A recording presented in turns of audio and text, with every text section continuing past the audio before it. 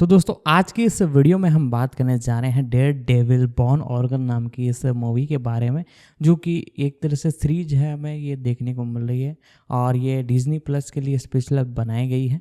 तो आज हम इसी सीरीज के बारे में बात करने जा रहे हैं। पूरी जानकारी इस सीरीज के बारे में आपको बताएंगे, तो वीडियो को लाइक कर दे, चैनल को सब्सक्राइब कर दे, बेल आइकन दबाकर इसे ऑल पर सेट कर दे।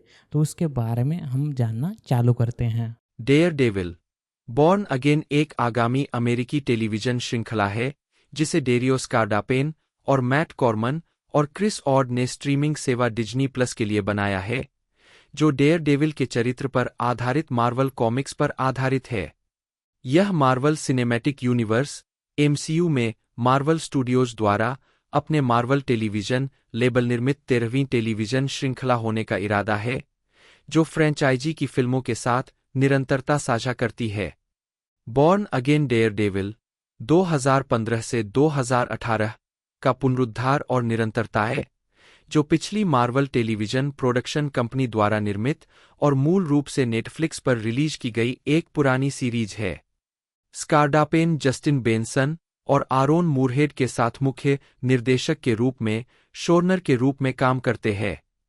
चार्ली कॉक्स ने मार्वल की नेटफ्लिक्स टेलीविजन सीरीज और पिछले मार्वल स्टूडियोज प्रोडक्शंस से मैट मर्डॉक बटा डेयर डेविल के रूप में अपनी भूमिका दोहराई, जिसमें Vincent D'Onofrio, Deborah Ann Woll और माइकल गैंडोल्फिनी के साथ अभिनय किया।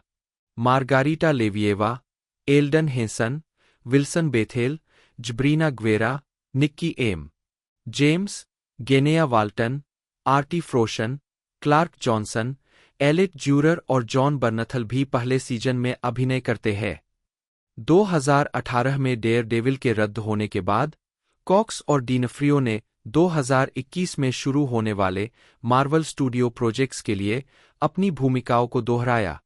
2022 की शुरुआत में एक नई डेयर डेविल सीरीज का विकास शुरू हुआ, जिसमें मई तक कॉर्मन और ऑड को मुख्य लेखक के रूप में जोड़ा गया।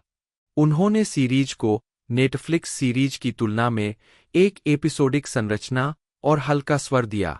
18 एपिसोड के पहले सीजन की योजना के साथ जुलाई 2022 में बॉर्न अगेन की घोषणा की गई। श्रृंखला का नाम फ्रैंक मिलर और डेविड माजुचेली द्वारा born again comic book storyline का संदर्भ देता है, लेकिन श्रृंखला सीधे उस स्टोरीलाइन को अनुकूलित नहीं करती है। मार्वल स्टूडियोज ने सितंबर 2023 के अंत तक श्रृंखला को ओवरहाल करने का फैसला किया और कॉर्मन, ऑड और शुरुआती निर्देशकों को रिलीज कर दिया। हालांकि माइकल क्यूस्टा, जेफरी नचमनॉफ और डेविड बॉयड को अभी भी उनके द्वारा निर्देशित एपिसोड के लिए श्रेय दिया जाता है। अगले महीने स्कारडापेन, बेंसन और मूरहेड को काम पर रखा गया और दृष्टिकोण बदलकर इसे और अधिक धारावाहिक बनाया गया और सीधे नेटफ्लिक्स सीरीज से जोड़ा गया। नियोजित 18 एपिसोड सीजन को भी 2 सीजन में विभाजित किया गया था। फिल्मांकन न्यूयॉर्क में होता है। डेयर डेविल बॉर्न अगेन का प्रीमियर 4 मार्च 2025 को डिज्नी प्लस पर होगा, जिसमें इसके पहले 2 एपिसोड होंगे। पहले सीजन में 9 एपिसोड होंगे और यह एमसीयू के 5वें चरण का हिस्सा होगा। दूसरे सीजन का प्रीमियर 2026 की शुरुआत से लेकर मध्य तक होगा और इसमें 8 एपिसोड होंगे। यह एमसीयू के 6ठे चरण का हिस्सा होगा। बर्नथल अभिनीत और पहले सीजन के फिल्मांकन के दौरान परिकल्पित एक शीर्षकहीन Punisher television special Marvel Studios special presentation banner के लिए विकास में है। आधार Daredevil Born Again Daredevil 2015 से 2018 की घटनाओं के कई साल बाद शुरू होता है। एक और अंधे वकील मैट मर्डॉक द्वारा नकाबपोश सतर्कता डेयर डेविल के रूप में अपनी गतिविधियों को रोकने के 1 साल बाद। 2 पहले सीजन में मर्डॉक एक वकील के रूप में न्याय के लिए अपनी लड़ाई जारी रखता है, जबकि पूर्व अपराध मालिक विल्सन फिस्क न्यूयॉर्क शहर के मेयर के लिए दौड़ता है, जिससे यह जोड़ी टकराव के रास्ते पर आ जाती है। कलाकार और पात्र यह भी देखे डेयर डेविल टीवी सीरीज पात्रों की सूची। चार्ली कॉक्स मैट मर्डॉक बटा डेयर डेविल के रूप में हेल्स किचन, न्यूयॉर्क से अलौकिक इंद्रियों वाला एक अंधा वकील जो एक नकाबपोश निगरानीकर्ता के रूप में दोहरा जीवन जीता है। 4. कॉक्स ने मार्वल की नेटफ्लिक्स टेलीविजन सीरीज से स्पाइडरमैन नो वे होम 2021 और Disney plus series She Hulk attorney at law 2022 में अपनी भूमिका को पहली बार फिर से निभाने में सक्षम होने की सराहना की, क्योंकि वह थोड़ा मजा करने में सक्षम था और मर्डॉक को उन पात्रों के साथ बातचीत करते हुए देख सकता था जिन्हें मूल डेयरडेविल 2015 से 2018 सीरीज में शामिल नहीं किया जा सका था। फिर वे बॉर्न अगेन के साथ अपना खुद का स्वर सेट कर सकते थे और न्यूयॉर्क में अपने जीवन की सभी संभावनाओं का पता लगा सकते थे और विकसित कर सकते थे। 5. कॉक्स ने अक्टूबर 2022 तक भूमिका के लिए प्रशिक्षण शुरू कर दिया, जिसमें मिश्रित मार्शल आर्ट MMA पर ध्यान केंद्रित किया गया ताकि मर्डॉक को किसी ऐसे व्यक्ति के रूप में चित्रित किया जा सके जिसके पास विभिन्न लड़ाई शैलियों में प्रशिक्षण है, जिसे वह इस आधार पर नियोजित कर सकता है कि वह किससे लड़ रहा है, बजाय इसके कि वह केवल एक चौतरफा लड़ाकू हो। 6. LED गॉस ने एक युवा मैट का किरदार निभाया है। 7. स्वतंत्र स्रोत की आवश्यकता विंसेंट डीनफ्रियो विल्सन फिस्क बटा किंगपिन के रूप में एक शक्तिशाली व्यवसायी और अपराध प्रभु। 4. जो न्यूयॉर्क शहर के मेयर के लिए दौड़ रहे हैं। 8. 9. डीनफ्रियो ने कहा कि डिज्नी प्लस सीरीज इको 2024 में उनके किरदार का लहजा बॉर्न अगेन में जारी रहेगा, जो उनका मानना था कि किरदार को सबसे अच्छा कैसे चित्रित किया गया था। 10. डेयरडेविल में भूमिका के लिए 40 पाउंड 18 किलोग्राम वजन बढ़ाने के बाद डीनफ्रियो ने बॉर्न अगेन के लिए एक मोटा सूट पहनना चुना, जैसा उन्होंने डिज्नी प्लस सीरीज हॉकाई 2021 में अपनी उपस्थिति के साथ शुरू किया था। डीनफ्रियो ने सोचा कि मोटा सूट आधुनिक तकनीक के साथ हल्का और अधिक यथार्थवादी होने के लिए आगे बढ़ा है। 11. डीनफ्रियो ने कहा कि आकार को बेचने के लिए अन्य तकनीकों का इस्तेमाल किया गया था और कहा कि पहले सीजन के अंत में चरित्र का आकार दूसरे सीजन से संबंधित कारणों से अधिक विशिष्ट और अधिक विस्तृत होगा। 12. 28. मार्गारीटा लेविवा हीथर ग्लेन के रूप में एक चिकित्सक और मर्डॉक की प्रेमिका। 13. 14. 3 सतर्कतावाद पर उसके और मर्डॉक के विचार अलग अलग है। 12. 26 लेविवा का मानना था कि ग्लेन पहली प्रेमिका थी जिसके प्रति मर्डॉक सच्चे तौर पर प्रतिबद्ध था। 14. 5. डेबोरा एन वोल करेन पेज एक पूर्व रिपोर्टर और मर्डॉक की दोस्त और नेल्सन मर्डॉक और पेज लॉ फर्म में भागीदार। 15. शोरनर डारियोस कार्डापेन ने कहा कि पेज इस पौराणिक कथाओं का दिल और आत्मा थी और मर्डॉक के साथ उसकी बातचीत उसके अंदर अधिक मानवता लाती है। 12. 30. Elden Henson Franklin Foggy Nelson Murdock का सबसे अच्छा दोस्त और कानूनी साझेदार। 15. Wilson Bethel Benjamin Dex Poindexter बटा बुलसाई के रूप में एक मनोरोगी पूर्व FBI एजेंट जो लगभग किसी भी वस्तु को घातक प्रक्षेपे के रूप में उपयोग कर सकता है।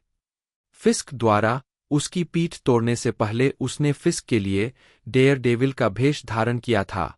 16. 17. जब्रीना ग्वेरा शीला रिवेरा के रूप में। 14. 12. Nikki M James Kirsten McDuffie New York की पूर्व सहायक जिला attorney. 14. 5. Genneya Walton BB Urich के रूप में। 14. 12. एक युवा पत्रकार जिसका संबंध डेयरडेविल के एक पात्र बेन उरिच से है। 18. अपडेट की आवश्यकता है RT फ्रॉशन बक कैशमैन के रूप में। 14. 12. क्लार्क जॉनसन चेरी के रूप में एक सेवानिवृत्त न्यूयॉर्क शहर पुलिस अधिकारी जो मर्डॉक के साथ काम करता है। 14. 5. 12. 30. जॉनसन ने चेरी को फिल्म द फ्रेंच कनेक्शन 1971 में रॉय शेडर के चरित्र बड़ी क्लाउडी रूसो के आधार पर तैयार किया। 14. 5. माइकल गैंडोल्फिनी डैनियल ब्लेक के रूप में फिस्क के शिष्य। 12. 30. 19. जेरेमी अर्ल कोल नॉर्थ के रूप में। 20. एलेट जुरर वेनेसा मारियाना फिस्क के रूप में विल्सन की पत्नी जिसने अलग होने के बाद उसके आपराधिक साम्राज्य को संभाला, जिससे दंपति के बीच तनाव पैदा हो गया। 21 जुरर ने डेयरडेविल में वेनेसा का किरदार निभाया था, लेकिन सैंड्रिन होल्ट को मूल रूप से बॉर्न अगेन के लिए भूमिका में लिया गया था। जुरर को श्रृंखला के रचनात्मक ओवरहाल के बाद वापस लाया गया। 22-23 जॉन बर्नथल फ्रैंक कैसल बटा पनिशर के रूप में एक सतर्क व्यक्ति जो किसी भी तरह से आपराधिक अंडरवर्ल्ड से लड़ने का लक्ष्य रखता है, चाहे परिणाम कितने भी घातक क्यों न हो। 24-25 अपने परिवार की क्रूर हत्या के बाद। सीजन 1 2025 मुख्य लेख डेयरडेविल बॉर्न अगेन सीजन 1 नहीं। शीर्षक निर्देशक 14-17-18 द्वारा लिखित। 26 मूल रिलीज की तारीख 27। 1 TBA आरोन मूरहेड और Justin Benson Dario Scardapane 4 March 2025। 2 TBA Michael Cuesta Matt Corman और Chris Ord 4 March 2025। 3 TBA Michael Cuesta Jill Blankenship 11 March 2025। 4 TBA Jeffrey Nachmanoff David Feige और Jesse Wigutow 18 March 2025। 5 TBA Jeffrey Nachmanoff Grainne Godfree 25 March 2025। 6 TBA David Boyer Thomas Wong 25 March 2025। 7 TBA David Boyer जिल ब्लैंकेनशिप TBA। 8 TBA Aaron Moorhead और Justin Benson जेसी विगुटो और डारियोस कार्डापेन TBA। 9 TBA Aaron Moorhead और Justin Benson heather Belsen और डारियोस कार्डापेन TBA। Season 2 मुख्य लेख Daredevil Born again season 2 दूसरे season की पुष्टि अगस्त 2024 में की गई। 28-29 इसमें 8 एपिसोड शामिल है। 30 कार्डापेन ने शोरनर के रूप में वापसी की। बेंसन और मूरहेड निर्देशक के रूप में लौटे।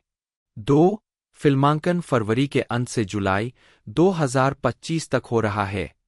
31 सीजन का प्रीमियर 2026 की शुरुआत से मध्य तक होने वाला है। 32 उत्पादन यह भी देखे सीजन 1 और सीजन 2 का निर्माण। पृष्ठभूमि अधिक जानकारी डेयरडेविल टीवी सीरीज और मार्वल की Netflix television series. Charlie Cox Portland Oregon में 2024 रोज सिटी कॉमिक कॉन में बोलते हुए। 2023 में गैलेक्सी कॉन रिचमंड में विंसेंट डिनफ्रियो। चार्ली कॉक्स और विंसेंट डिनफ्रियो ने पहली बार 2021 में मार्वल स्टूडियोज प्रोजेक्ट्स में नेटफ्लिक्स की डेयरडेविल सीरीज से अपनी भूमिकाओं को दोहराया, इससे पहले कि वे जुलाई 2022 में डेयरडेविल बॉर्न अगेन में अभिनय करने के लिए तैयार हों। मार्वल कॉमिक्स के चरित्र डेयरडेविल पर आधारित और मार्वल टेलीविजन और ABC स्टूडियो द्वारा निर्मित टेलीविजन श्रृंखला डेयरडेविल का प्रीमियर अप्रैल 2015 में नेटफ्लिक्स पर हुआ था। 33 और नवंबर 2018 में इसके रद्द होने तक 3 सीजन तक चला। नेटफ्लिक्स ने कहा कि 3 सीजन सेवा पर बने रहेंगे, जबकि शीर्षक चरित्र मार्वल के लिए भविष्य की परियोजनाओं में जीवित रहेगा। डेडलाइन हॉलीवुड ने उल्लेख किया कि नेटफ्लिक्स पर कुछ अन्य मार्वल श्रृंखलाओं के विपरीत जिन्हें भी रद्द कर दिया गया था, श्रृंखला को कहीं और जारी रखने के लिए दरवाजा खुला हुआ लगता है, संभवतः डिज्नी की स्ट्रीमिंग सेवा डिज्नी प्लस पर। 34 हालांकि हॉलीवुड रिपोर्टर ने कहा कि यह संभावना नहीं है। 35 खासकर जब से, जैसा कि वैरायटी द्वारा बताया गया है, मार्वल और Netflix. 36 Walt Disney direct to consumer and international के चेयरमैन केविन ए मेयर ने कहा कि ऐसी संभावना है कि डिज्नी प्लस सीरीज को पुनर्जीवित कर सकता है, लेकिन इस पर अभी तक चर्चा नहीं हुई है। 37 हुलू के ओरिजिनल्स के वरिष्ठ उपाध्यक्ष क्रेग एयरविच ने कहा कि उनकी स्ट्रीमिंग सेवा भी सीरीज को पुनर्जीवित करने के लिए तैयार है। 38 स्टार चार्ली कॉक्स को रद्दीकरण से दुख हुआ। उन्होंने बताया कि वे चौथे सीजन की योजनाओं से उत्साहित थे, जिसकी उन्हें और बाकी कलाकारों और क्रू को उम्मीद थी कि इसे बनाया जाएगा। उन्हें उम्मीद थी कि मैट मर्डॉक बटा डेयरडेविल को फिर से किसी न किसी रूप में चित्रित करने का अवसर मिलेगा। 39 एमी रटबर्ग जिन्होंने श्रृंखला में मार्सी स्टाल का किरदार निभाया था, ने कहा कि कलाकारों और क्रू को उम्मीद थी कि यह 5 सीजन तक चलेगा। चौथे सीजन में एक नए प्रतिपक्षी को पेश किया जाएगा, इससे पहले कि 5वें में डेयर डेविल और विंसेंट डिनफ्रियो के विल्सन फिस्क बटा किंगपिन के बीच अंतिम मुकाबला हो।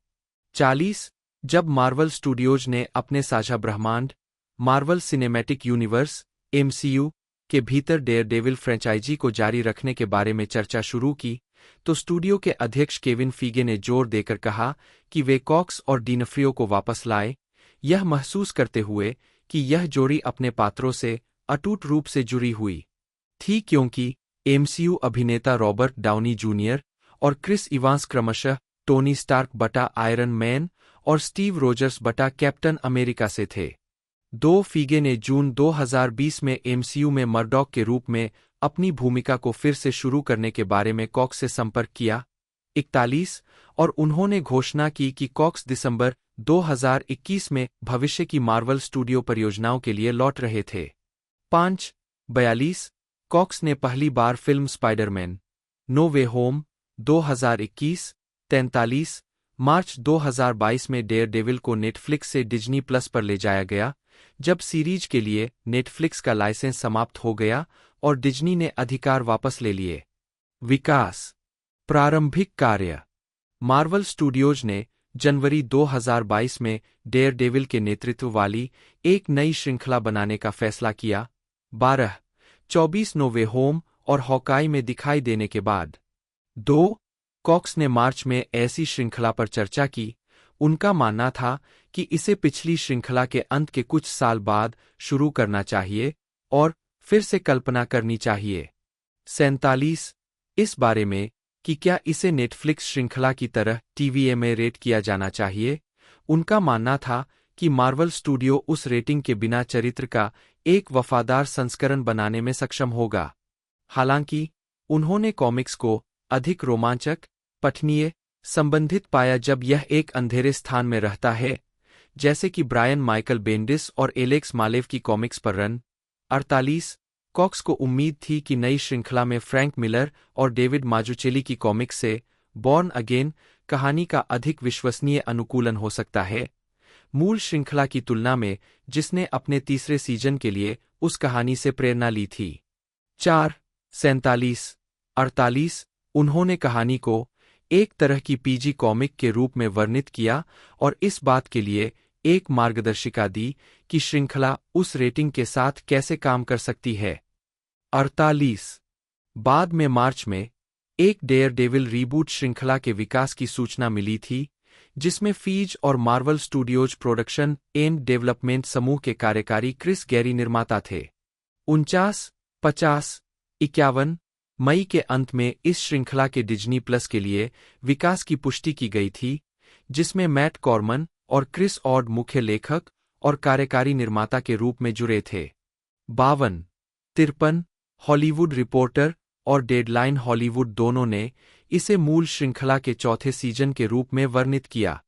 54, 55 जुलाई में 2022 सैन डिएगो कॉमिक कॉन के दौरान श्रृंखला को आधिकारिक तौर पर डेयरडेविल बॉर्न अगेन के रूप में घोषित किया गया था और इसके पहले सीजन के लिए 18 एपिसोड होने का खुलासा हुआ था। 56 कॉक्स ने कहा कि 18 एपिसोड की श्रृंखला एक बहुत बड़ा उपक्रम। 5 एंटरटेनमेंट वीकली में क्रिश्चियन होलब का मानना था कि शीर्षक आधिकारिक MCU में चरित्र के फिर से जन्म लेने का संदर्भ था, न कि श्रृंखला बॉर्न अगेन कहानी का रूपांतरण थी। 57 कॉक्स ने बॉर्न अगेन को पूरी तरह से नई चीज के रूप में वर्णित किया, न कि नेटफ्लिक्स सीरीज का चौथा सीजन, जिसे उन्होंने महसूस किया कि जाने का तरीका है। यदि आप इसे फिर से करने जा रहे हैं, तो इसे अलग तरीके से करें। 58 मार्च 2023 में माइकल क्यूस्टा को सीरीज के पहले एपिसोड का निर्देशन करने का पता चला था। अतिरिक्त निर्देशकों से एपिसोड के ब्लॉक निर्देशित करने की उम्मीद थी। 22 डिनफ्रियो ने कहा कि वे 2 सीजन पर काम कर रहे थे और दूसरे के दौरान विशाल भुगतान होगा। उन्होंने दोहराया कि वे नई सीरीज को नेटफ्लिक्स सीरीज से अलग तरीके से देख रहे थे। 59 मूल से जुड़ने की कुछ योजनाओं के साथ।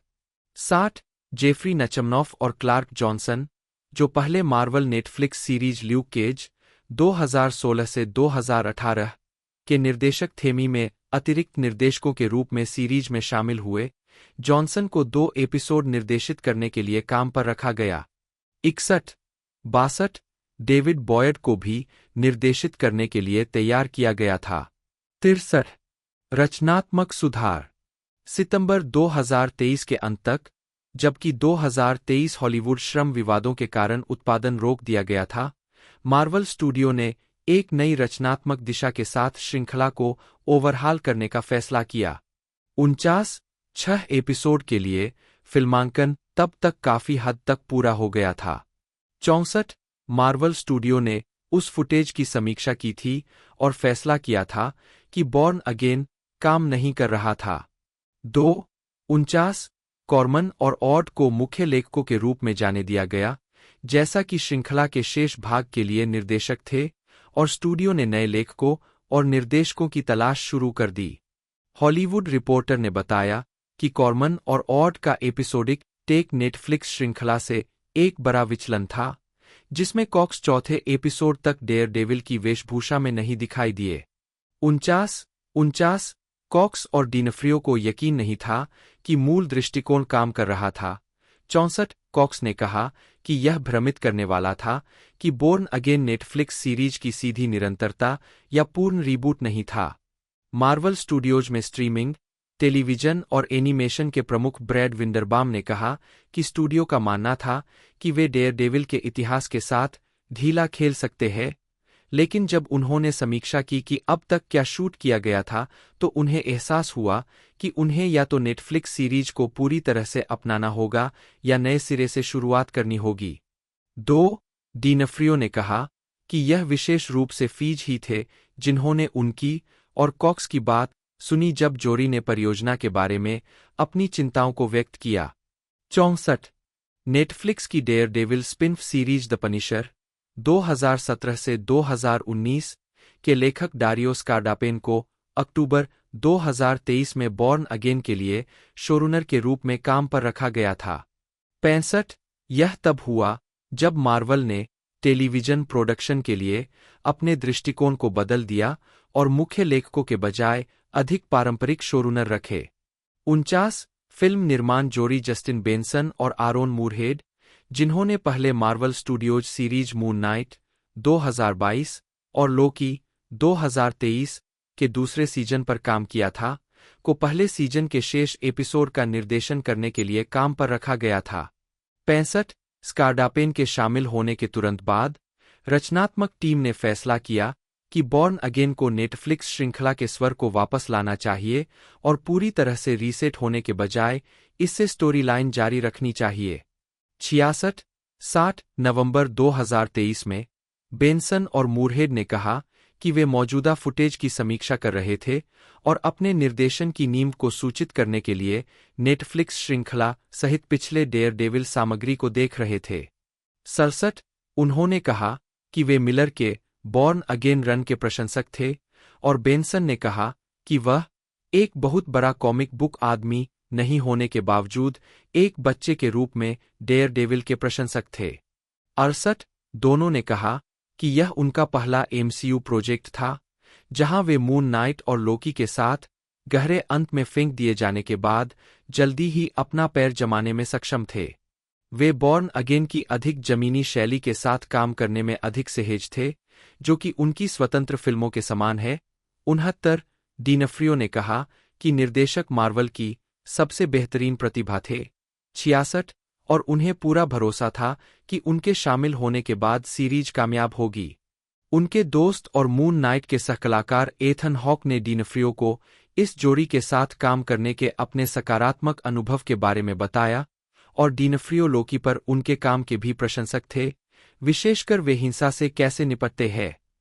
डलाई पहले सीजन में अभिनय कर रहे हैं चार्ली कॉक्स मैट मर्डॉक बटा डेयरडेविल के रूप में, विंसेंट डिनफ्रियो विल्सन फिश बटा किंगपिन के रूप में, 4 मार्गारिटा लेविएवा हीथर ग्लेन के रूप में, 13 डेबोरा एन वोल करेन पेज के रूप में, एल्डन हेसन फोगी नेल्सन के रूप में, 15 विल्सन बेथेल बेंजामिन डेक्स पॉइंडेक्सटर के रूप में 16, 17, जब्रीना ग्वेरा शीला रिवेरा के रूप में 14, 12 निक्की एम जेम्स कर्स्टन मैकल्फी के रूप में 14, 5 गेनिया वाल्टन बीबी उरीच के रूप में, आर्टी फ्रॉशन बक कैशमैन के रूप में 14, 12 क्लार्क जॉनसन चेरी के रूप में 14, 5 माइकल गंडोल्फिनी डैनियल ब्लेक के रूप में 19, 23 और जॉन बर्नथल को फ्रैंक कैसल पनिशर के रूप में शामिल किया गया। 24, 25 रचनात्मक ओवरहाल से पहले कॉक्स, डिनफ्रियो और बर्नथल के अलावा नेटफ्लिक्स सीरीज के कलाकारों से उनकी भूमिकाओं को फिर से निभाने की उम्मीद नहीं थी। 86 और सैंड्रिन होल्ट को वेनेसा के रूप में जुरर की जगह लेने के लिए चुना गया था। ओवरहाल के बाद जुरर को वापस लाया गया 22, 23 वोल, हेसन और बेथेल के साथ। 15, 16 दूसरे सीजन के लिए वापसी कर रहे हैं कॉक्स, 87 डिनफ्रियो, 31 वोल, 88 और गंडोल्फिनी। 89 डिजाइन एमिली गनशोर इस सीरीज के लिए कॉस्ट्यूम डिजाइनर थीं और माइकल शॉ प्रोडक्शन डिजाइनर थे। 14 दो मार्वल स्टूडियोज के विजुअल डेवलपमेंट के प्रमुख रयान मेनर्डिंग ने नेटफ्लिक्स सीरीज के लिए ऐसा करने के बाद एक बार फिर बॉर्न अगेन के लिए डेयर डेविल सूट डिजाइन किया। 90 बॉर्न अगेन के सूट में मर्डॉक के विकास को दर्शाने के लिए लाल रंग का गहरा टोन है, साथ ही काले रंग की डिटेलिंग और अतिरिक्त बनावट है, जिसे नेटफ्लिक्स सीरीज के सूट की तुलना में कम चमकदार बताया गया था। 90 14 8 फिल्माने पहले सीजन का फिल्मांकन क्वींस के सिल्वर कप स्टूडियो ईस्ट में हुआ। 91 और पूरे न्यूयॉर्क में लोकेशन का काम किया गया। 92 पेड्रो गोमेज मिलन और हिलेरी फाइव स्पेरा ने छायाकार के रूप में काम किया। 14 दो पहले सीजन का उत्पादन 2023 राइटर्स गिल्ड ऑफ अमेरिका की हड़ताल के कारण रोक दिया गया था। 93 संगीत जुलाई 2024 में न्यूटन ब्रदर्स को श्रृंखला के लिए संगीत रचना करने के लिए प्रकट किया गया था। उन्होंने पहले एक समेन 97 के लिए स्कोर तैयार किया था। 94 इस जोड़ी ने डेयरडेविल कॉमिक्स और मूल नेटफ्लिक्स श्रृंखला से जॉन पेसानो के मुख्य विषय के लिए अपने प्यार का इजहार किया।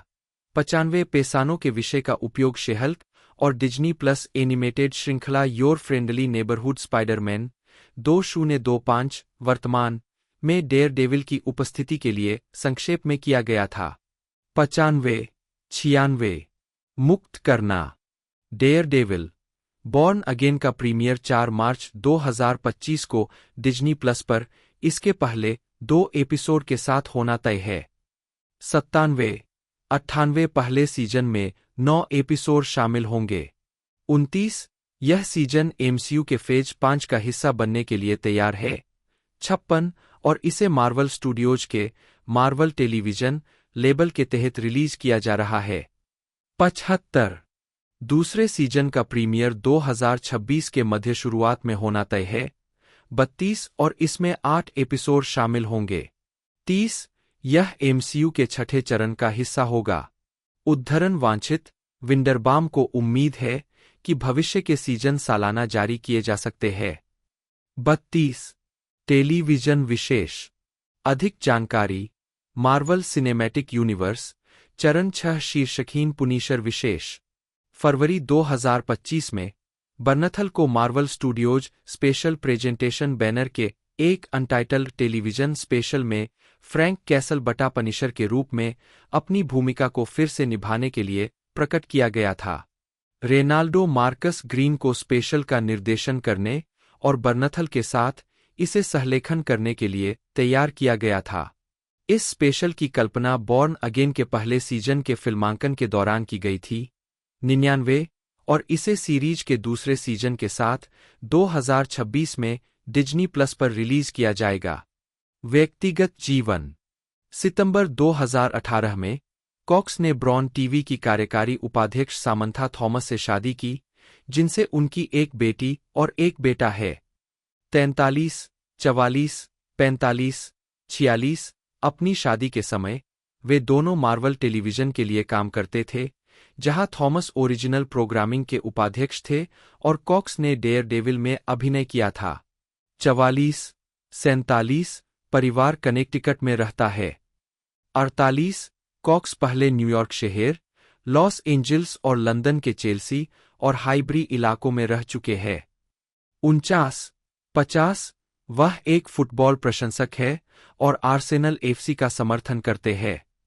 51-52-53 जनवरी 2025 में कॉक्स प्राकृतिकरण के माध्यम से अमेरिकी नागरिक बन गए, जिससे वे यूके और यूएस के दोहरे नागरिक बन गए। 54 फिल्मोग्राफी पतली परत, वर्ष शीर्षक भूमिका नोट्स 2003 आय पर बिंदु लगाए थियो। 2004 वेनिस का व्यापारी लोरेंजो। 2005 30 वर्ष की आयु से पहले करने योग्य कार्य डैनी कासानोवा जियोवानी ब्रूनी। 2006 युवतियों का षड्यंत्र डायफेबस। 2007 स्टारडस्ट ट्रिस्टन थॉर्न। 2008 भाग्य का पत्थर इयान हैमिल्टन। 2009 शानदार 39 लॉरेंस। 2011 वहा ड्रैगन है जोसेमरिया एस्क्रीवा। 2012 एक धूप भरी सुबह एडम लघु फिल्म। 2013 hello quarter गारीवान। 2014 सब कुछ का सिद्धांत जोनाथन हेलियर जोन्स। ड्रैकुला अनटोल्ड कालिगुला दृश्य काटे गए। 2017 स्थानीय भोजन खाए हेनरी। 2018 चोरों का राजा तुलसी। 2021 स्पाइडरमैन नो वे Home Matthew Matt Murdock cameo. TBA Merv TBA डाक उत्पादन। 3 नए एपिसोड लिखे गए, जिनमें एक नया पायलट एपिसोड, साथ ही पहले शूट किए गए एपिसोड के लिए अतिरिक्त दृश्य शामिल थे। 64-71 कॉक्स ने मई 2024 में पुष्टि की कि 9 एपिसोड फिल्माए गए थे। 72 जिसके बारे में फीज ने कहा कि यह बॉर्न अगेन का पहला सीजन था। 28-29 क्यूस्टा नचमनॉफ और बॉयड को श्रृंखला के लिए निर्देशक के रूप में फिर से पुष्टि की गई। 63 कॉक्स ने कहा कि श्रृंखला का नया संस्करण नेटफ्लिक्स श्रृंखला के अनुरूप था। 64 जबकि डिनफ्रियो ने कहा कि वह और पिछले संस्करण पर काम करने वाले अन्य लोग नए पुनरावृत्ति से प्रसन्न थे। 73 इसके अलावा अगस्त 2024 में फीज ने घोषणा की कि दूसरे सीजन की योजना बनाई गई थी। 28-29 रचनात्मक ओवरहाल के साथ यह निर्णय लिया गया कि नियोजित 18 एपिसोड सीजन को 9 एपिसोड सीजन में विभाजित किया जाएगा। 71-2 फरवरी 2025 में स्कारडापेन, बेंसन और मूरहेड के दूसरे सीजन के लिए लौटने की पुष्टि की गई। 74-2 और स्कारडापेन ने इसके उत्पादन को बेहतर तेल वाली मशीन के रूप में वर्णित किया। 2 उन्होंने कहा कि दूसरा सीजन सिर्फ 8 एपिसोड का होगा। 30 कार्यकारी निर्माताओं में स्कारडापेन, बेंसन और मूरहेड के साथ मार्वल स्टूडियोज के फीज, लुइस डिएस्पोसिटो, विंडरबाम और सना अमानत शामिल है। 3-74 स्कारडापेन, कॉर्मन और ऑड को श्रृंखला के निर्माता के रूप में श्रेय दिया जाता है। 26 श्रृंखला मार्वल स्टूडियो के मार्वल टेलीविजन लेबल के तहत रिलीज की गई है। 75 विंडरबाम ने कहा कि श्रृंखला दूसरे सीजन से आगे भी जारी रह सकती है और मार्वल स्टूडियोज डेयरडेविल और अन्य मार्वल नेटफ्लिक्स सीरीज जैसे इलेक्ट्रा नेचियोस, द हैंड और डिफेंडर्स टीम के अन्य सदस्यों से अधिक तत्वों को वापस लाने के लिए तैयार है। 2 लिखना श्रृंखला पर प्रारंभिक कदम को एक कानूनी प्रक्रियात्मक के रूप में वर्णित किया गया था। 49 कॉक्स ने कहा कि यह डार्क था, लेकिन नेटफ्लिक्स श्रृंखला जितना खूनी नहीं था। वह डेयरडेविल से जो कामयाब रहा उसे लेना चाहते थे और बॉर्न अगेन के लिए इसे व्यापक बनाना चाहते थे ताकि युवा दर्शकों को आकर्षित किया जा सके। 76 फीज ने कहा कि स्टूडियो अपने चरण 4 श्रृंखलाओं के विपरीत अधिक एपिसोडिक, आत्मनिहित एपिसोड के साथ प्रयोग करने की उम्मीद कर रहा था, जिसमें कई एपिसोड में एक बड़ी कहानी विभाजित थी। 77 कॉक्स के अनुसार श्रृंखला के लिए शुरुआती चर्चाएं पूरी चीज को फिर से आविष्कार करने और मर्डॉक को नेटफ्लिक्स श्रृंखला में देखे गए व्यक्ति से अलग व्यक्ति के रूप में चित्रित करने के बारे में थीं। एक, मर्डॉक के दोस्तों फोगी नेल्सन और करेन पेज को इस संस्करण में बड़े पैमाने पर स्वीकार नहीं किया गया।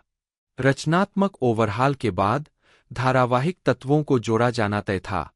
65, स्कार्डापेन ने कहा कि मूल संस्करण में कई तत्वों ने अच्छी तरह से काम किया, लेकिन उन्हें लगा कि ऐसी कहानियां थीं जिन्हें नेटफ्लिक्स श्रृंखला के संदर्भ के साथ जोड़ने की जरूरत थी।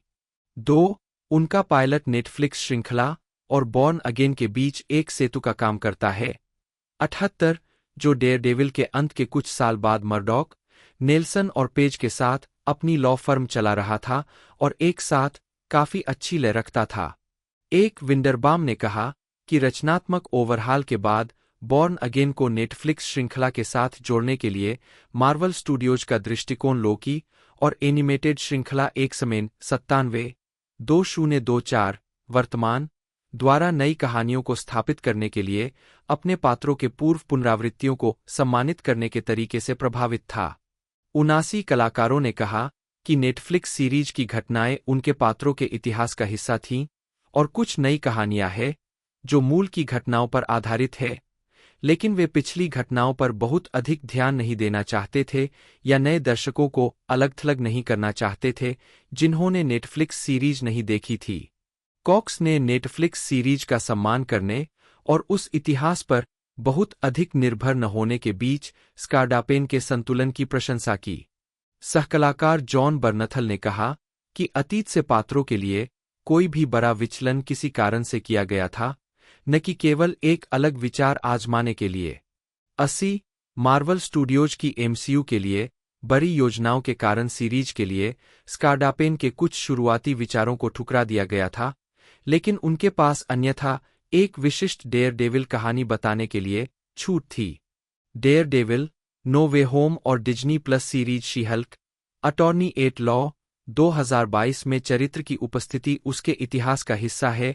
स्कार्डापेन ने कहा कि मार्वल ने मैट को एमसीयू के अन्य कोनों से आगे बढ़ाया है और अब वह अपनी कहानी में वापस आ गया है। 13, जिसमें अधिक गंभीर लहजा है। 2, नेटफ्लिक्स सीरीज से बॉर्न अगेन के कुछ अंतरों के बारे में बताते हुए स्कार्डापेन ने कहा कि नई सीरीज में मूल सीरीज की तुलना में ज्यादा मजेदार किरदार होंगे और बहुत कम आत्मचिंतन होगा। उन्हें लगा कि सीरीज तब सबसे खराब थी जब 2 किरदार एक कमरे में बैठकर हीरो के बारे में बात कर रहे थे और किरदारों को चीजें करते हुए दिखाने में ज्यादा दिलचस्पी थी। स्कार्डापेन ने बॉर्न अगेन को मूल सीरीज के नोयर टोन की तुलना में न्यूयॉर्क क्राइम स्टोरी के रूप में वर्णित किया, जो सीरीज द सोप्रानोस 1999 से 2007, फिल्म किंग ऑफ न्यूयॉर्क 1990 और 1990 के दशक के अन्य क्राइम मीडिया से प्रेरणा लेता है। 81, विंडरबाम ने बॉर्न अगेन की तुलना गेम ऑफ थ्रोन्स 2011 से 2019 सीरीज से की क्योंकि इसमें कई गुट न्यूयॉर्क शहर में वास्तव में जटिल तरीकों से सत्ता के लिए होड़ करते हैं। 82, डेयरडेविल से एक और अंतर एपिसोड की गति है। स्कार्डापेन ने बताया कि मार्वल नेटफ्लिक्स सीरीज के लिए उनके एक्शन दृश्यों के बीच लंबे चरित्र दृश्यों को दिखाने का एक आदेश था। यह बॉर्न अगेन के लिए एक आवश्यकता नहीं थी, जिसने रचनात्मक टीम को इसे एक गति और दायरा देने की अनुमति दी जो नेटफ्लिक्स श्रृंखला करने में असमर्थ थी। 81, डिनफ्रियो ने कहा कि बॉर्न अगेन में डिज्नी प्लस सीरीज इको 2024 के समान स्वर और अनुभव होगा। 83, और स्कार्डापेन ने कहा कि यह डेयरडेविल से अधिक गहरा होगा, जिसमें उन्हें लगा कि केवल कुछ अंधेरे तत्व थे। 81, बॉर्न अगेन उपशीर्षक का उपयोग करने के बावजूद श्रृंखला कॉमिक्स से उस कहानी या अन्य को सीधे रूप से अनुकूलित नहीं करती है।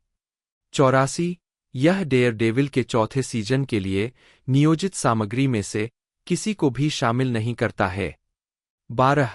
24, बॉर्न अगेन की शुरुआत में लाइन पार होने के बाद मर्डॉक 1 साल से डेयरडेविल नहीं रहा है। 2, श्रृंखला में फिस्क को इको के पोस्ट क्रेडिट दृश्य में एक मजबूत उम्मीदवार की आवश्यकता के बारे में जानने के बाद न्यूयॉर्क शहर के मेयर के लिए दौड़ते हुए देखा गया है।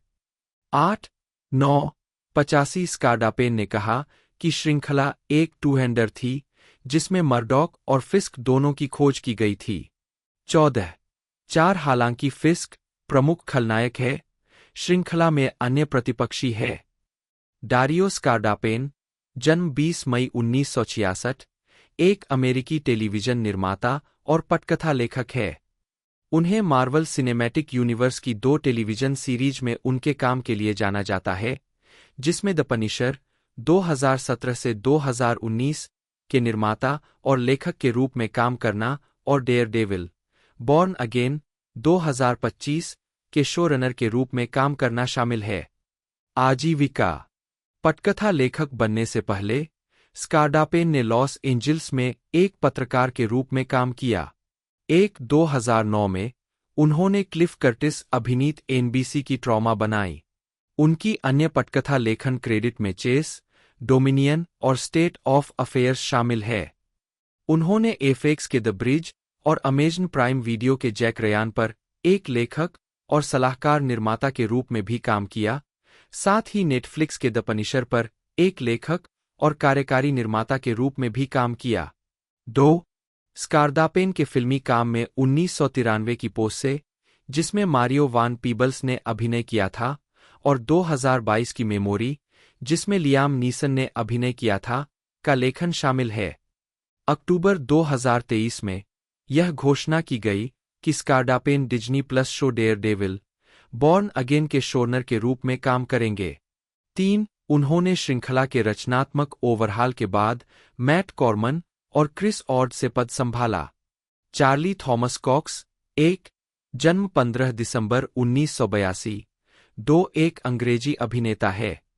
उन्हें मार्वल सिनेमैटिक यूनिवर्स की 7 परियोजनाओं में मैट मर्डॉक बटा डेयरडेविल की भूमिका निभाने के लिए जाना जाता है, जिसमें टेलीविजन सीरीज डेयरडेविल 2015 से 2018 और डेयरडेविल बॉर्न अगेन 2025 का नेतृत्व किया गया है। कॉक्स ने एचबीओ के बोर्डवॉक एम्पायर 2011 से 2012 के दूसरे और तीसरे सीजन में ओवेन स्लीटर और 2014 की film the theory of everything में जोनाथन हेलियर जोन्स का किरदार निभाया था।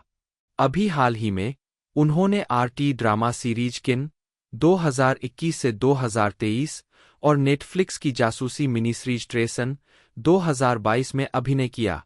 कॉक्स की ब्रेकआउट भूमिका 2007 की फंतासी फिल्म स्टारडस्ट में ट्रिस्टन थॉर्न के रूप में थी, जो उनके करियर के पहले दशक के दौरान मुख्य रूप से ब्रिटिश प्रस्तुतियों में उनकी भूमिकाओं में से एक थी। उन्होंने अगले वर्ष हेरोल्ड पिंटर के नाटकों द लवर और द कलेक्शन के पुनरुद्धार में वेस्ट एंड में अपनी शुरुआत की। प्रारंभिक जीवन। कॉक्स का जन्म लंदन, इंग्लैंड में हुआ था और उनका पालन पोषण ईस्ट ससेक्स में हुआ। वह पेट्रिसिया, नी हार्ले और एंड्रयू फ्रेडरिक सीफोर्थ कॉक्स, एक प्रकाशक के बेटे हैं। 3-4 वह 5 बच्चों में सबसे छोटे हैं और उनके पिता की पहली शादी से उनका एक भाई और 3 सौतेले भाई बहन हैं। 5 कॉक्स का पालनपोषण कैथोलिक 6-7 में हुआ और उनकी शिक्षा 2 निजी बोर्डिंग स्कूलों में हुई, ईस्ट ससेक्स के फॉरेस्ट रो गांव में एशडाउन हाउस स्कूल और डोरसेट के शेरबोर्न के बाजार शहर में शेरबोर्न स्कूल। 8-4 बड़े होकर कॉक्स ने अभिनय में करियर पर विचार नहीं किया और स्कूल के अपने अंतिम कुछ वर्षों के दौरान ही इस पर गंभीरता से विचार किया। 2001 में शेरबोर्न से स्नातक होने के बाद वह लंदन चले गए और अगले वर्ष Bristol Old Vic theatre school में प्रशिक्षण शुरू किया। 3 आजीविका। प्रारंभिक कैरियर 2002 से 2006। कॉक्स को 18 साल की उम्र में मनोवैज्ञानिक थ्रिलर द आई में उनकी पहली महत्वपूर्ण पेशेवर भूमिका मिली, जो 2003 में रिलीज हुई थी। फिल्मांकन के बाद उन्होंने Bristol Old Vic theatre school में दाखिला लिया। अध्ययन के अपने पहले वर्ष के बाद की गर्मियों में उन्हें 2004 की Al Pacino vehicle the Merchant of Venice में लोरेंजो के रूप में लिया गया, जिसने छात्रों को बाहरी प्रस्तुतियों के लिए ऑडिशन देने की स्कूल की नीति को तोड़ दिया। 10 इसके बाद उन्होंने स्कूल वापस न लौटने का फैसला किया और काम करना जारी रखा। टीवी पर अतिथि भूमिकाओं में दिखाई दिए और 2005 के ऐतिहासिक ड्रामा कैसानोवा और 2006 की BBC science-phi film A for Andromeda जैसी फिल्मों में सहायक भूमिकाएं निभाईं। 11 टेलीविजन और फिल्म में प्रमुखता 2007 से 2014।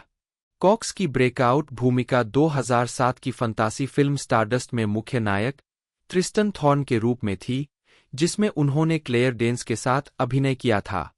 यह फिल्म वैश्विक स्तर पर आलोचकों और दर्शकों दोनों के साथ सफल रही और कॉक्स को व्यापक दर्शकों से परिचित कराया। 13 उन्होंने अगले वर्ष लंदन के एम्बेसडर्स थिएटर में हेरोल्ड पिंटर की द लवर बटा द कलेक्शन में अपना वेस्ट एंड डेब्यू किया। इसका पूर्वावलोकन 15 जनवरी 2008 को शुरू हुआ और 29 जनवरी को खुला। 14 इसके बाद उन्हें 2008 की फिल्म स्टोन ऑफ डेस्टिनी में इयान हैमिल्टन के रूप में और 2009 की ऐतिहासिक ड्रामा ग्लोरियस 39 में देखा गया, जिसे यूनाइटेड किंगडम में बड़े पैमाने पर रिलीज किया गया था। 2010 में उन्होंने लंदन के डॉनमार वेयरहाउस में हेनरिक वॉन क्लेस्ट की द प्रिंस ऑफ होमबर्ग में शीर्षक भूमिका निभाई। उसी वर्ष सितंबर में उन्होंने आईटीवी ड्रामा सीरीज डाउटन एबे के पहले एपिसोड में क्लोजेटेड गे ड्यूक ऑफ क्रोबोरो का किरदार निभाया। 2011 में उन्होंने रोलांड जोफ की फिल्म देयर बी ड्रैगन्स में सेंट जोसेमारिया एस्क्रीवा और एनकोर की मोबी डिक मिनिसीरीज में इश्माइल का किरदार निभाया। इसके अलावा 2011 में उन्होंने मार्टिन स्कॉर्सेसे द्वारा निर्मित एचबीओ मूल श्रृंखला बोर्डवॉक एम्पायर के दूसरे सीजन में ओवेन स्लीटर के रूप में एक आवर्ती भूमिका के लिए हस्ताक्षर किए, जो आईआरए से संबंध रखने वाला एक आयरिश प्रवर्तक था। 15-16 उनका चरित्र सितंबर 2012 में प्रसारित श्रृंखला के तीसरे सीजन के लिए एक नियमित बन गया। उन्हें 2011 में कलाकारों की टुकड़ी के हिस्से के रूप में स्क्रीन एक्टर्स गिल्ड अवार्ड मिला और अगले वर्ष एक और नामांकन मिला। 2013 में उन्होंने स्वतंत्र फिल्म हॉलो कार्टर और BBC cold war thriller legacy में अभिनय किया। उन्होंने 2 अप्रकाशित सीबीएस टीवी पायलटों में प्रमुख भूमिकाएं निभाईं। फरवरी 2013 में द ऑर्डाइन नामक एक राजनीतिक ड्रामा और फरवरी 2014 में जॉन क्यूसेक द्वारा कार्यकारी निर्मित एक अनाम वॉल स्ट्रीट शो। 17-18 2013 के अंत में film the theory of everything पर उत्पादन शुरू हुआ, जहां कॉक्स ने जेन हॉकिंग के दूसरे पति जोनाथन हेलियर जोन्स का किरदार निभाया। फिल्म का प्रीमियर सितंबर 2014 में टोरंटो अंतर्राष्ट्रीय फिल्म महोत्सव में हुआ और इसे 2015 के अकादमी पुरस्कारों में सर्वश्रेष्ठ चित्र के लिए नामांकित किया गया। डेयर डेविल 2015 से 2018। 2016 में डेयर डेविल के सहकलाकार एलोडी युंग और जॉन बर्नथल के साथ कॉक्स ने मार्वल की डेयर डेविल टीवी सीरीज में मैट मर्डॉक की भूमिका निभाई और साथ ही 2017 की team up mini series event the defenders में भी काम किया, जिसे नेटफ्लिक्स के जरिए निर्मित और रिलीज किया गया। 19 उनके प्रदर्शन की प्रशंसा की गई और American foundation for the blind द्वारा उनकी भूमिका के लिए हेलेन केलर अचीवमेंट अवार्ड दिया गया। 20 यह घोषणा की गई थी कि कॉक्स ने मई 2014 में भूमिका जीती थी और बाद में बताया कि मार्वल ने उन्हें 2012 से इसके लिए माना था। 21-22 पहले सीजन का निर्माण 2014 की गर्मियों में शुरू हुआ और अप्रैल 2015 में नेटफ्लिक्स पर इसका प्रीमियर हुआ। यह 3 सीजन तक चला और 4 वर्षों में इसका निर्माण किया गया, जिसका समापन 2018 के अंत में हुआ। अगले वर्षों में कॉक्स ने भविष्य की परियोजना में भूमिका को फिर से शुरू करने में अपनी रुचि साझा की। 23 ऐसा करने के लिए मार्वल स्टूडियो द्वारा अपने अनुबंध संबंधी दायित्वों को भी नोट किया।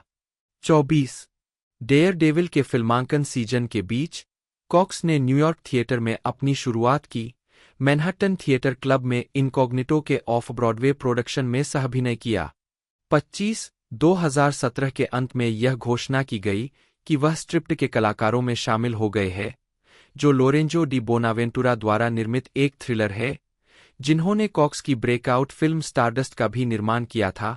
26, लेकिन इसका कभी निर्माण नहीं हुआ। 27, उन्होंने 2018 की फिल्म किंग ऑफ थीव्स में माइकल केन, जिम ब्रॉडबेंट, रे विंस्टोन और अन्य के साथ अभिनय किया, जो 2015 में लंदन के हैटन गार्डन के आभूषणों की चोरी की सच्ची कहानी पर आधारित है। 28, इसने उन्हें जेम्स मार्श के साथ फिर से जोड़ा। नई परियोजनाएं 2019 से 2021। डेयरडेविल के अचानक समाप्त होने के बाद कॉक्स ने हेरोल्ड पिंटर के बेट्रियल के वेस्ट एंड प्रोडक्शन में टॉम हिडलेस्टन और ज्वे एश्टन के साथ अभिनय करने का अवसर लिया, जो 14 मार्च 2019 को खुला और 8 जून को बंद हुआ। 29-30, निर्देशक जेमी लॉयड ने इस भूमिका के लिए कॉक्स की तलाश की थी, जिन्होंने पहले उन्हें पिंटर के नाटक the lover and the collection के 2008 के प्रोडक्शन में निर्देशित किया था। बेट्रियल को 17 सप्ताह के सीमित कार्यक्रम के लिए मूल कलाकारों के साथ ब्रॉडवे में स्थानांतरित कर दिया गया। 14 अगस्त को पूर्वावलोकन शुरू हुआ और 8 दिसंबर 2019 को बंद हुआ। 31, इस अवधि के दौरान कॉक्स ने अपने कुछ दोस्तों की परियोजनाओं में भी भाग लिया। 2018 के अंत में उन्होंने डेयरडेविल और the defender script supervisor Rebecca Schwab द्वारा निर्देशित लघु फिल्म द नॉट में अभिनय किया। 32, और Daredevil costar Deborah Ann Woll के Dungeons and Dragons internet show Relics and Rarities के 2019 एपिसोड में।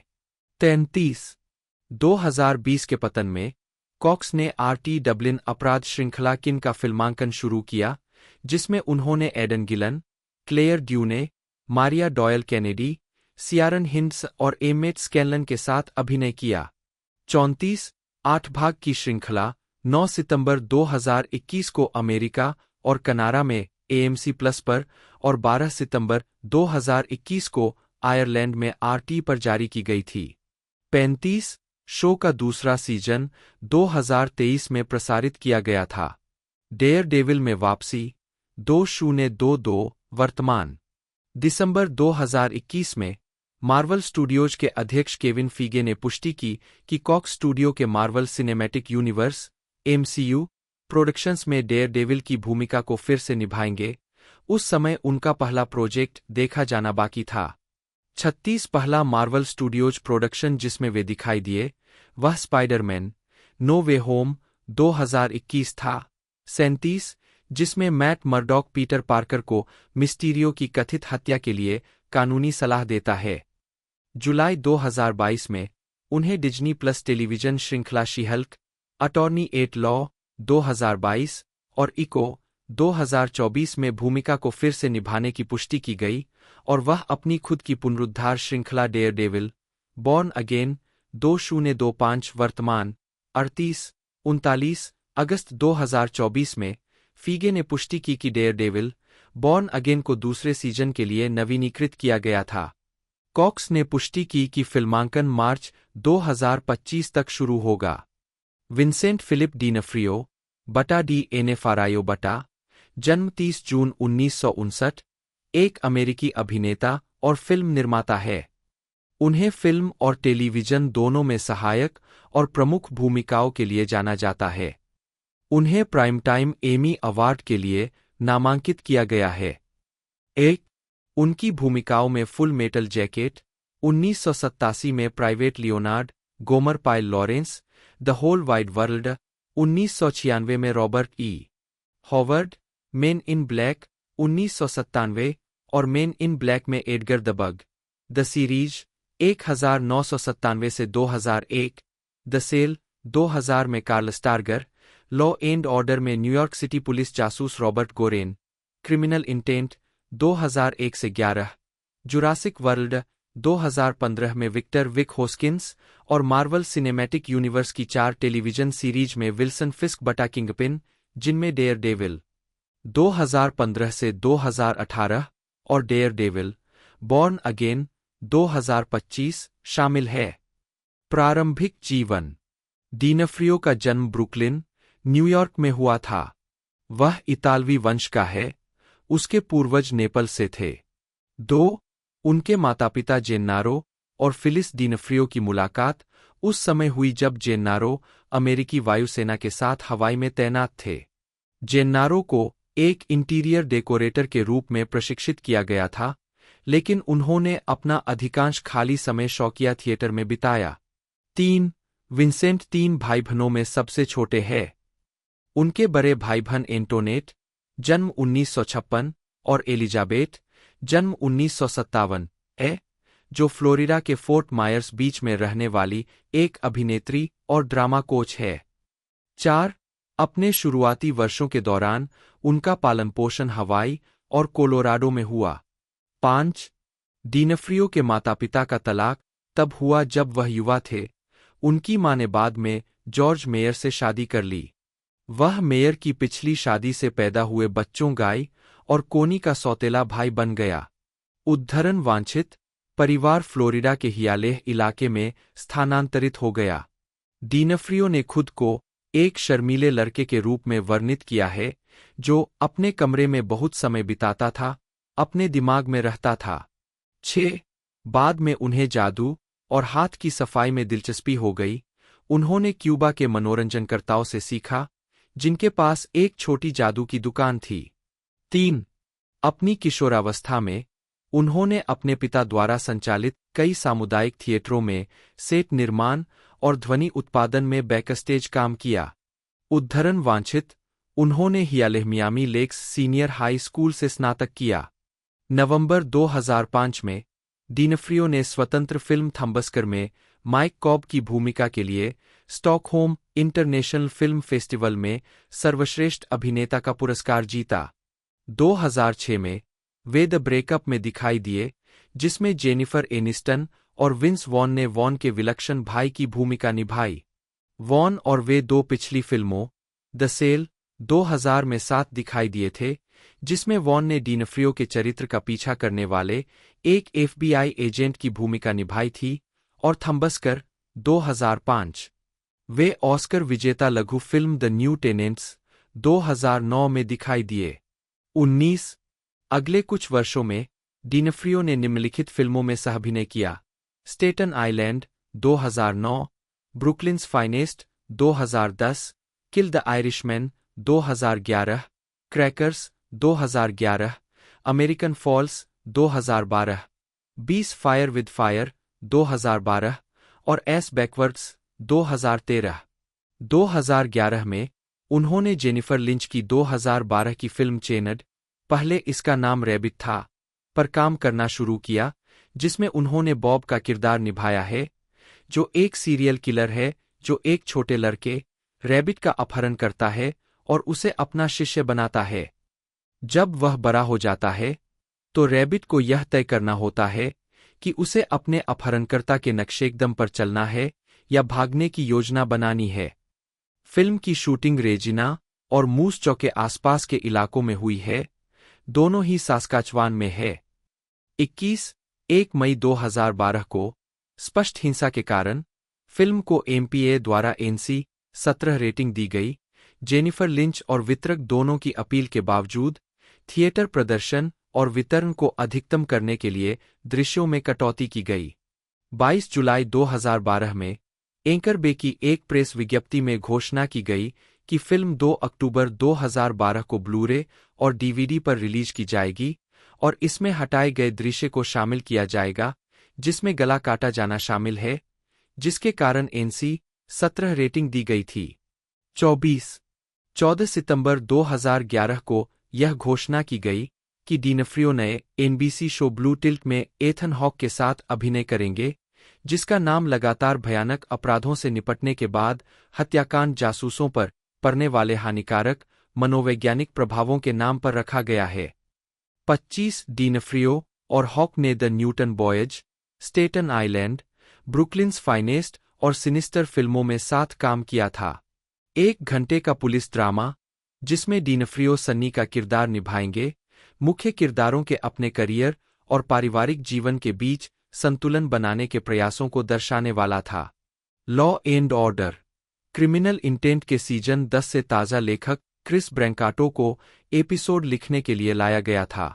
पायलट एपिसोड का फिल्मांकन फरवरी 2012 में शुरू होना था। 26-27 मार्च 2012 को पायलट के सहनिर्माता और डेवलपर केविन डुनिगन के एक ट्वीट से पता चला कि एनबीसी ने इस परियोजना को रोक दिया था क्योंकि इसमें दर्शकों को आकर्षित करने के लिए पर्याप्त पॉप नहीं था। 30 अप्रैल 2012 को गस के रूप में डिनफ्रियो अभिनीत लघु फिल्म क्रैकर्स ने फोर्ट मायर्स बीच फिल्म फेस्टिवल में पीपुल्स चॉइस अवार्ड जीता। यह फेस्टिवल, जो 6 साल से निष्क्रिय था, को फिर से शुरू किया गया और आंशिक रूप से विंसेंट की बहन, अभिनेत्री एलिजाबेथ डिनफ्रियो द्वारा आयोजित किया गया। 27 नवंबर में ही विधु विनोद चोपड़ा की फिल्म ब्रोकन हॉर्सेज की शूटिंग शुरू हुई, जो संयुक्त राज्य अमेरिका और मेक्सिको के बीच सीमा के आसपास गैंगवार पर केंद्रित थी। डिनफ्रियो ने क्रिस मार्क्वेट और एंटोन येल्चिन के साथ अभिनय किया। 28-29 2013 में डिनफ्रियो ने न्यू ऑरलियंस में फिल्माई गई फिल्म एस्केप प्लान में सहअभिनय किया, जिसमें सिल्वेस्टर स्टेलोन, अर्नोल्ड श्वार्ज़नेगर और 50 सेंट भी थे। डिनफ्रियो ने जेल ब्यूरो के उप निदेशक लेस्टर क्लार्क की भूमिका निभाई। 30-31 डिनफ्रियो ने फिल्म ड्रामा द जज 2014 में सहअभिनय किया। 32 उनकी अन्य परियोजनाओं में मार्सिया गे हार्डन और जेफरी डीन मॉर्गन के साथ सुप्रीम रूलर में भूमिका शामिल थी। 33 एरिक बोगोसियन की मॉल, जिसे उन्होंने अपने पूर्व Law and Order Criminal Intent सहकलाकार के साथ मिलकर लिखा था, और पॉन शॉप क्रॉनिकल्स। 34 2015 में डिनफ्रियो ने डेयर डेविल के पहले सीजन में विल्सन फिस्क के रूप में मार्वल सिनेमैटिक यूनिवर्स की शुरुआत की। 35 उन्होंने सीजन 2 में एक विस्तारित कैमियो उपस्थिति में भूमिका को दोहराया और सीजन 3 में एक श्रृंखला नियमित के रूप में। 36 उन्होंने action adventure film Jurassic world 2015 में विक्टर विक होस्किंस को भी चित्रित किया। 37 और एंटोनी फुकुआ की 2016 की द मैग्निफिसेंट 7 की रीमेक में जैक हॉर्न। 2016 में उन्होंने वीडियो गेम डिशोनर्ड 2 में दुष्ट ड्यूक लुका एबेल की भूमिका निभाई। 38 वह खेल क्षेत्र में निलंबित बड़े स्पीकरों पर खेल में प्रसारित विभिन्न सार्वजनिक भाषणों में भ्रष्ट ड्यूक एबेल की आवाज को पूरी तरह से बाहर निकालने के लिए अपने व्यापक अभिनय अनुभव को आकर्षित करने में सक्षम थे। वह अमेरिकी अपराध drama television series godfather of Harlem में विंसेंट द चिन गिगांटे की भूमिका निभा रहे हैं। 39 यह सीरीज 2019 में शुरू हुई और 2023 में तीसरे सीजन के लिए निर्धारित है। 40 डिनफ्रियो ने Marvel studios Disney plus series Hawkeye 2021 में विल्सन फिस्क किंगपिन की भूमिका में वापसी की और फिर इको 2024 में भी। वह डेयर डेविल बॉर्न अगेन 2025 वर्तमान में भी भूमिका निभाने के लिए तैयार है। हाई स्कूल से स्नातक होने के बाद डिनफ्रियो मंच पर दिखाई देने लगे।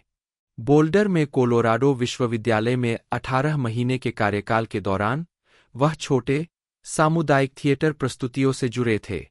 बाद में उन्होंने अमेरिकी स्टेनिस्लावस्की थिएटर और एक्टर स्टूडियो में कोच सोनिया मूर और शेरोन चैटन के अधीन मेथड एक्टिंग का अध्ययन किया। 8 जिसने उन्हें ऑफ ब्रॉडवे के दिस प्रॉपर्टी इज कंडेम्ड में उनकी पहली भुगतान वाली भूमिका दिलाई। 6 वह उनके कई प्रोडक्शंस में दिखाई दिए, जिनमें ऑफ माइस एंड मेन और सेक्सुअल परवर्सिटी इन शिकागो शामिल है। डिनफ्रियो ने न्यूयॉर्क विश्वविद्यालय के कई छात्र प्रस्तुतियों में प्रदर्शन करके अपना करियर जारी रखा। 1984 में उन्होंने ओपन एडमिशन में निक रिजोली के रूप में ब्रॉडवे की शुरुआत की। 1986 में डिनफ्रियो ने वह भूमिका निभाई जिसे अक्सर उनके अभिनय करियर में निर्णायक क्षण माना जाता है, प्राइवेट लियोनार्ड लॉरेंस के रूप में फिल्म फुल मेटल जैकेट में एक अधिक वजन वाले अनारी मरीन भर्ती। दोस्त मैथ्यू मोडाइन की एक टिप पर डिनफ्रियो को इंग्लैंड में निर्देशक स्टेनली कुब्रिक को ऑडिशन टेप भेजने का आग्रह किया गया था। 4 टेपों के बाद डिनफ्रियो को भूमिका मिल गई। मूल रूप से प्राइवेट लॉरेंस का चरित्र एक पतला अज्ञानी रेडनेक के रूप में लिखा गया था। हालांकि कुब्रिक का मानना था कि यदि चरित्र बड़ा और अनारी होता तो भूमिका अधिक प्रभाव डालती। 10-11 फिल्म के लिए एक बाधा कोर्स दृश्य को फिल्माते समय डिनफ्रियो ने अपने बाएं घुटने को घायल कर लिया, जो अत्यधिक वजन से और भी जटिल हो गया, जिसके लिए सर्जिकल पुनर्निर्माण की आवश्यकता थी। 12 फुल मेटल जैकेट का फिल्मांकन पूरा होने के 9 महीनों के दौरान डिनफ्रियो ने लगभग सारा वजन कम कर लिया जो उन्होंने अपनी भूमिका के लिए बढ़ाया था। उन्होंने एडवेंचर्स इन बेबी सिटिंग 1987 में डॉसन के गैराज के मालिक डॉसन की भूमिका निभाई। 13 वह फिल्म के अंत के पास एक दृश्य में दिखाई देते हैं। 1988 में उन्हें फिल्म मिस्टिक पिज़्ज़ा में एक और सहायक भूमिका में लिया गया, जिसमें उन्होंने लिली टेलर के चरित्र के मंगेतर की भूमिका निभाई। फिल्म में, जो जूलिया रॉबर्ट्स की ब्रेकआउट फिल्म थी, उन्हें उनके पूरे नाम विंसेंट फिलिप डिनफ्रियो के नाम से जाना गया। 1989 में उन्होंने जॉन चेन और रटगर हाउर के साथ द ब्लड ऑफ हीरोज में यंग गार के रूप में एक सहायक भूमिका निभाई। डिनफ्रियो ने अनेक प्रकार की छोटी या सहायक भूमिकाएं निभाईं, जिनमें नैन्सी सवोका की हाउसहोल्ड सेंट्स 1993 में एक संत के पिता की भूमिका, टिम बर्टन की एड वुड 1994 में निर्देशक ओरसन वेल्स की भूमिका, मेन इन ब्लैक 1997 में किसान एडगर और उसे ग्रसने वाला दुष्ट बग, हैप्पी एक्सीडेंट्स 2000 में भविष्य से होने का दावा करने वाला व्यक्ति तथा द सेल 2000 में जेनिफर लोपेज के चरित्र के विपरीत सीरियल किलर कार्ल स्टारगर की भूमिका शामिल है। 1992 में वह रॉबर्ट ऑल्टमैन की द प्लेयर में एक महत्वाकांक्षी पटकथा लेखक के रूप में दिखाई दिए। 1996 में उन्होंने डैन आयरलैंड की द होल वाइड वर्ल्ड 1996 में कॉनन द बारबेरियन के लेखक पल्प लेखक रॉबर्ट ई हॉवर्ड की भूमिका निभाई, जिसे नोवालिन प्राइस एलिस की संस्मरण one who walked alone Robert E Howard the final year से रूपांतरित किया गया था। द होल वाइड वर्ल्ड को सिएटल इंटरनेशनल फिल्म फेस्टिवल 1996 में सर्वश्रेष्ठ नई अमेरिकी फिल्म का पुरस्कार दिया गया। रॉबर्ट ई हॉवर्ड की भूमिका के लिए डिनफ्रियो को 1996 के सिएटल अंतर्राष्ट्रीय फिल्म महोत्सव में सर्वश्रेष्ठ अभिनेता और 1998 के लोन स्टार फिल्म और टेलीविजन पुरस्कार में सर्वश्रेष्ठ अभिनेता का पुरस्कार दिया गया। 1997 में उन्होंने टेलीविजन की ओर कदम बढ़ाया और homicide life on the street के एपिसोड सबवे में जॉन लैंग की भूमिका के लिए एमी नामांकन प्राप्त किया। 1999 में उन्होंने द सोप्रानोस में एक भूमिका ठुकरा दी। 14 डिनफ्रियो ने 2000 में स्टील दिस मूवी में वामपंथी कट्टरपंथी एबी हॉफमैन को चित्रित किया, जिसमें उनकी पत्नी के रूप में जेनेन गारोफ्लो ने अभिनय किया। उद्धरण वांछित 2001 में उन्होंने एनबीसी बटा यूएसए नेटवर्क के television show law and Order Criminal intent में डिटेक्टिव रॉबर्ट गोरेन के रूप में अपनी सबसे लंबी और शायद सबसे प्रसिद्ध भूमिका निभाई। 1 मार्च 2008 को डिनफ्रियो ने सैटरडे नाइट लाइव एपिसोड में राष्ट्रपति चुनाव से संबंधित स्केच में अपने चरित्र डिटेक्टिव रॉबर्ट गोरेन के रूप में एक कैमियो उपस्थिति दर्ज की। 15 स्केच में वह हिलेरी क्लिंटन, एमी पोहलर द्वारा अभिनीत से पूछताछ करते हैं। स्किट में उनके प्रवेश और निकास को लॉ एंड ऑर्डर डंडन ध्वनि द्वारा विरामित किया गया है। 2009 में यह घोषणा की गई थी कि डिनफ्रियो 2010 के वसंत में law and Order Criminal intent छोड़ देंगे। उनकी आखिरी उपस्थिति 2 भाग सीजन 9 के प्रीमियर में होगी। 16 उनकी जगह जेफ गोल्डब्लम ने ले ली, लेकिन रेटिंग में गिरावट के बाद डिनफ्रियो और कैथरीन एरबे शो के 10वें और अंतिम सीजन के लिए लौटने पर सहमत हुए। 17 2003 में यह बताया गया कि डिनफ्रियो और जो पेंटोलियानो ने लिटिल विक्ट्रीज नामक एक छोटी फिल्म पर काम शुरू किया था, जो एक 12 वर्षीय लड़के के बारे में है, जिसकी दुनिया के बारे में धारणाएं हमेशा के लिए बदल जाती है जब उसका गैंगस्टर चाचा उसके साथ रहने आता है। पेंटोलियानो के साथ एक टेलीविजन साक्षात्कार के अनुसार, फिल्म पूरी नहीं हुई और उत्पादन के लिए आवश्यक धन जुटाने में विफलता के कारण इसे वापस करना पड़ा। दोस्तों पहले डेयर डेविल जो 2015 से 18 तक चली नेटफ्लिक्स पर देखने को मिली थी, उसी का पार्ट एक तरह से अगला आप मान सकते हो। और उसके कंफर्म 3 पार्ट देखने को मिलेगा, यानी 3 सेक्शन देखने को मिलेंगे। पार्ट 1 अभी रिलीज़ हो चुका है और पार्ट 2 हमें 2026 में फिर 28 में देखने को मिलेगा। प्रोडक्शन सेकंड पार्ट का डायरेक्ट चालू कर दिया गया है। मार्वल स्टूडियो के द्वारा इसे डिज्नी प्लस के लिए बनाया गया है। आप डिज्नी प्लस पर इसे देख पाओगे। बाकी मैंने पूरी जानकारी आपको बता दी है। वीडियो को लाइक ज़रूर से कीजिएगा, इसके बारे में हम जानना और चालू रखते हैं और पूरी डिटेल आपको मैंने बताई दी है। मिलते हैं अगले वीडियो में।